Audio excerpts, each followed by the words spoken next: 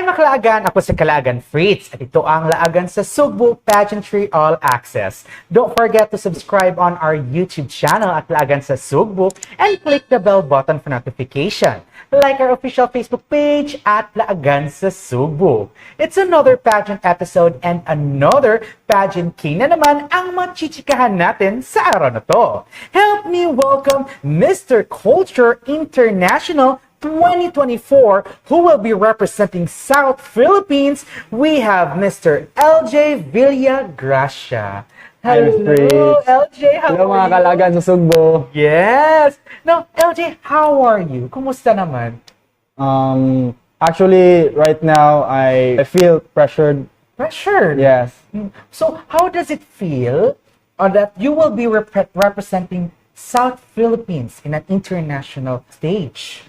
I feel blessed. That's because I'm going to represent the Philippines as one of the candidate for Mr. Culture International. And it was truly an honor for me because I didn't really expect that this LJ na mapunta sa international pageant. What made you decide pala to go in a pageant world? Well, actually, firstly, I really wanted to become a basketball player, a varsity, sa Manila po, sa NU, National University. And I switched to track and field and got an opportunity to be lined up in UAAP. But that met the outbreak of pandemic. My mom decided for me to come to Lapu-Lapu. And my chest felt a sudden burn for something new, an adventure. Oh, so yun na. So, Yes. yun na-decide ka na mag-pageant. Yes. But, if you're not in a sports, if you're off cam, if you're not in a pageant world, who is LJ?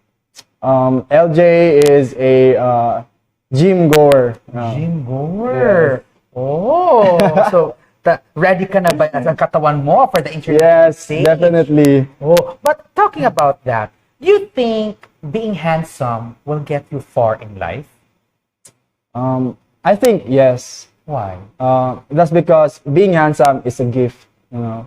And aside from that, if you're handsome and also have the respect for other people, then you'll get more far ahead in your life. Oh, I see. Ibig mo sabihin yung being handsome kasi may maraming endorsement, di ba? Yes, that's- Bankable, gano'n, di ba? that's right. But if you were to decide to choose only one thing, no? Brain or being handsome, which would you choose and why? Or being smart or being handsome, and why? I think for me lang, being smart. Why? Because, you know, if you're smart enough, you'll get a proper job, and with that, you can get like career. And after that, pwede namang ma-change yung like sa face mo, like True science, di yes, ba? yes, yeah. So, pero mas mabuti pa rin yung beautiful inside and out. Yes. Now, LJ, tanong ko na rin, no, if it's okay for you. Kasi may nalaman ako, the reason why you join in a certain pageantry because you want to find or look up sa papa mo. Is it true? But can you tell us just a short story about that? I grew up with the absence of both of my parents, and I only saw my mom 3 times lang. Yes, and But how about now? Are you still have yeah, communication? yes. Okay, continue. And I didn't know my father personally, so that's why I made up my mind in joining a pageant. You know, from Cebu, Man of the Philippines Cebu. Then after that, I didn't really got a motivation to like what I was doing in the pageantry. But then after I won Man of the Philippines Cebu, I decided that I wanted to look for my father. Kasi my auntie sent me a PSA sa father ko, and he's from Laguna, or I think Tagigaraw or Laguna. And luckily I have one of my friend in Man of the Philippines was from Laguna, and I told him that na after this pageant, I wanted to go to Laguna and search for my father. Then after that, fake pala yung Hindi kayo nagkita talaga. Hindi. I never got the chance to meet him. Oh, I see. Kasi fake daw po yung PSA niya. So, ibig sabihin nun, wala ka talaga information about your father. Yes, wala. Kasi bata po kasi sila nung kinasal po ata sila. So, I think that's the reason why. Now, if I would like to ask, kasi ngayon, sikat ka na sa Pilipinas, diba? What if makita mo yung father mo? Nagpunta sa'yo, ako pala yung father mo, ganun, kasi sikat ka na, hinahanap. What is the first thing that you want to do? Or what is the first word that you want to say to your father if nakita mo siya? Kamusta ka na? I never planted an anger to him kasi he's still my father, like by blood. And I just wanted to say hi, how are you? How's your new life? Something like that. And I wanted to make him proud also that a kid like me who grew up in the province is now a Mr. Culture International. Diba? Who knows? Ikaw pa nga makapanalo doon, diba? Sana. Sana nga. Now, okay, let's lighten up naman. LJ, what turns you on? What makes me turn on? Yes. Is, I think if someone like I see someone physically attractive, I think that makes me turn on. Oh, I see.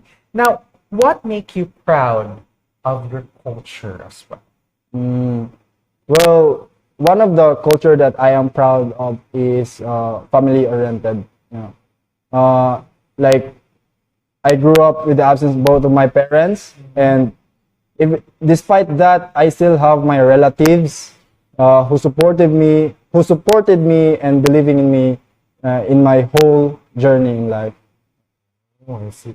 And if that's okay, what is your definition of gentleman, and how do you embody that definition?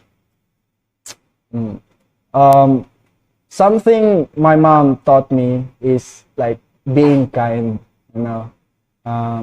even if others are not, even if others will not, even if others cannot, you still need to be kind. Choose to have a heart, choose to be kind. And being a gentleman is you need to be accepting of your mistakes, accepting to grow, and accepting to be willing to be taught by other person so that you can learn from them, from their experiences, and use it in the future.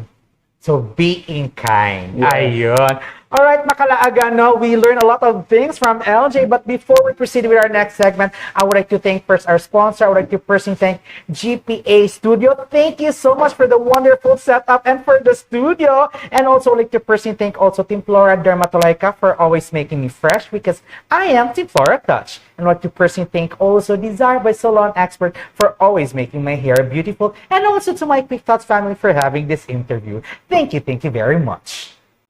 All right, now let's lighten up, let's loosen up, because our next segment is the Fast Talk. Are you ready? I'm ready. Okay, 1 minute lang to, ha? Okay. Okay, Fast Talk. Fruits or vegetables? Fruits. Brief or boxers? Boxer. Walang tulog, walang kain? Walang tulog. Travel or books? Books. Cell phone or internet? Cell phone. Mestiza or morena? Mestiza. City life or island life? Island life. Lights off, lights on? Lights off. Favorite color? Black. Sex or chocolate? Sex! Ay, maganda ba ako? Oh naman, maganda. Ayun tayo.